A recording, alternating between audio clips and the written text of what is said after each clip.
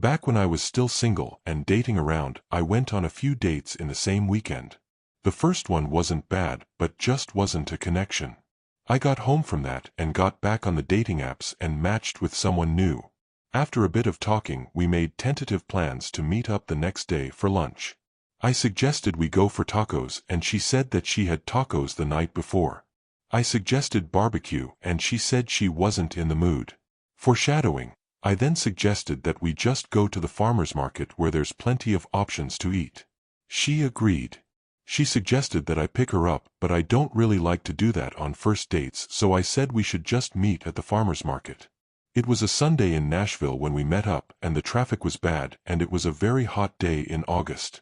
It took a long time to find parking, but eventually we both did. I walked up and noticed she looked a bit different than her pictures.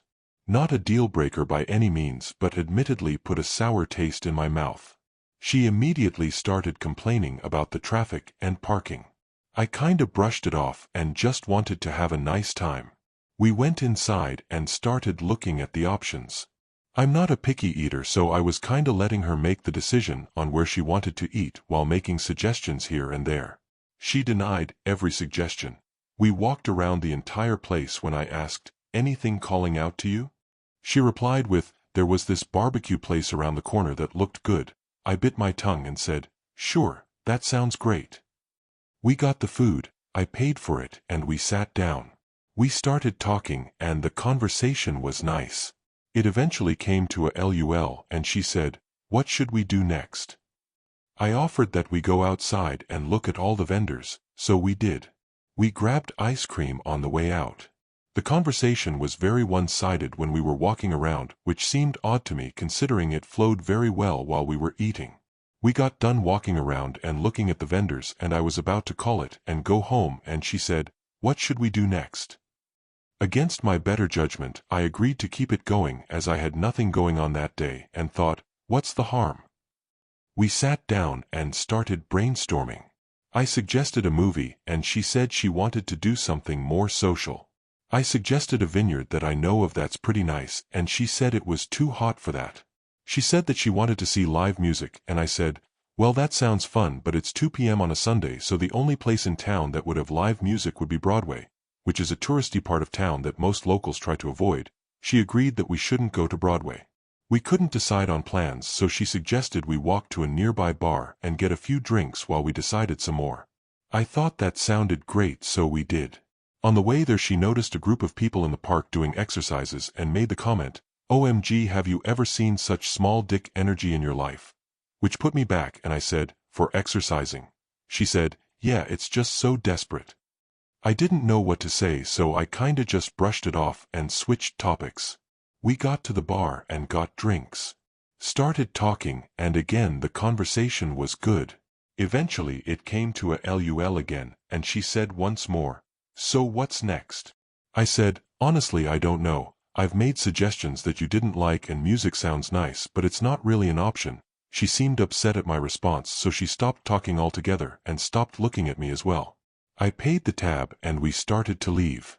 The walk back to the car was more than awkward. We got to our cars and I said, "All right, bye," and she said nothing. I got a text about 5 minutes later from her saying, "That was the worst first date I've ever had." I can't always be the one suggesting where to go next and driving the conversation. I felt absolutely dumbfounded that she thought she was doing any of that. Needless to say, there wasn't a second date. My friend told me this horrific story yesterday, and it has to be the scariest thing I ever heard, so I felt like sharing it to remind everyone to stay safe and cautious. This happened to a friend of our friend not too long ago. So, this girl matched with a guy on Tinder and went on a couple of dates with him. On the first 2 dates they went for coffee on walks outside. She really liked him, thought he was friendly, good-looking, etc., and thought they clicked. For the 3rd date, the guy suggested she should come over to his place to have some wine. She agreed because she felt safe and comfortable enough to do so at this point. So the time comes and she goes over to his place and he pours her a glass of wine. Things seem to go well, they joke around and enjoy a nice talk. After a while she starts feeling funny. Now, luckily, This girl had already been roofied once before, so she immediately recognized the effects once they kicked in. She was extremely clever in this situation and pretended she was feeling fine. She told him as cheerfully and energetically as possible that she was quickly going to use the toilet, as to seem like nothing was off. Once she was in the toilet, she locked the door and immediately called the police. She told them she was drugged, locked in the toilet, and that they needed to come get her out of there. Pretty soon after, she passes out. She awakes by the police but is still very drugged, so kind of slides in and out of consciousness. All she remembers is the police putting a bag over her head as they carry her out of there. She was saved. A few days later, she is asked to come down to the police station to give her declaration of events. After doing this, she asks whether she remembers the police putting a bag over her head correctly, or if it was imagined due to the drugs, or what was up with that. They tell her that they indeed put a bag over her head because they decided it would have been too traumatizing for her to see as they carried her out of there what he had prepared and set up for her in the living room. This sends shivers down my spine. The guy ended up in jail, and to this day she doesn't know what he had in mind for her, but it's clear this was a very messed up, incredibly scary situation that could have ended horribly. Please, please, please always let someone know when you plan on going on a Tinder date, even if you feel safe. Even if it's not your first date. Always ask a friend to call and check up on you during and after to let someone know you're safe. I went on a date with a guy who held me captive for like 12 hours. I had to call the cops when I was able to get my phone back. Thankfully, he only forced me to kiss him, so it could have been worse. I told him after that I was not at all interested in seeing him ever again, but he told me it wasn't my place to make that decision. So I blocked his number. He ended up showing up at my place of employment. I very much wonder what his life looks like today. We initially met for coffee. The date honestly sucked right from the jump. He showed up 15 minutes late, he talked about himself the whole time, and then asked to go on a walk. It was 95 degrees. I was wearing an outfit appropriate for sitting and having an iced coffee, not walking 6 miles around the city. But whatever, we walked. The whole time he complained I had sweaty hands and I was freakishly tall. I'm 5'10"-ish. Once that was over, he tried making out with me in the parking garage stairwell. He grabbed my hair to do it, but I was able to push him off and told him making out next to a pile of drug needles was not very romantic. When we walked to my car, I told him thanks for the nice time, have a good one. But he grabbed me again and unfortunately knew I had the day off, so was you have nothing going on today, who said this was over. I told him I actually had plans, and then he was more or less if you leave, I will follow you home. I absolutely recognize that there were moments I was complicit where I should have called the cops or something when I had the chance. I should not have gone home with him, but I was scared, and this was one of those things where it shockingly took a few years to realize how bad it was. We got to his place. He shared his house with 4 other guys. It was a 4-bedroom home. So woo, yeah, he lived in the basement. A cold, damp, unfinished basement. He ended up locking me down there and took my phone upstairs. I would yell for help from his roommates, but the only time I heard them acknowledge me was when he went upstairs at one point to use the bathroom, and all his friends were celebrating that he bagged me. He was all, I'm into BDSM. So he tried tying me up and stuff, but I pushed him off. I don't blame his roommates or anything. I bet based on his expressed sexual desires that they were thinking me yelling was part of the kink or something. LMAO. I got super lucky because I just had to have a tummy tuck and breast reduction because I lost 150 pounds the year earlier. And thankfully for me, he found my surgery scars to be disgusting. LMAO. They had to reattach my belly button, and that was apparently repulsive, so he had zero interest in sleeping with me. He ended up taking me out to dinner. He tried ordering for me and then shamed me for wanting a beer. He was apparently sober. Not being he had a drinking problem, but because when Lil Peep died it destroyed him. Lol. When it came time to pay, he was offended. I assumed he'd pay, which I don't mind paying, but he had inferred it was on him. Whatever. I suggested we just split the bill. I went to the bathroom and told a waitress I needed help, but we left too soon after for it to work. When I got back to the table, I noticed that I had been charged for the whole meal. He told me it was only fair because he had hosted me all day. We got back to his house and I told him I wouldn't go inside until he gave me my phone and keys, so he did. I then turned away and tried to walk to my car, but he grabbed me by my hair and kissed me. I pushed him off of me. He kept doing the whole "I'm into submission" bullshit, which I know how BDSM works and that ain't it. I ran to my car and locked myself in.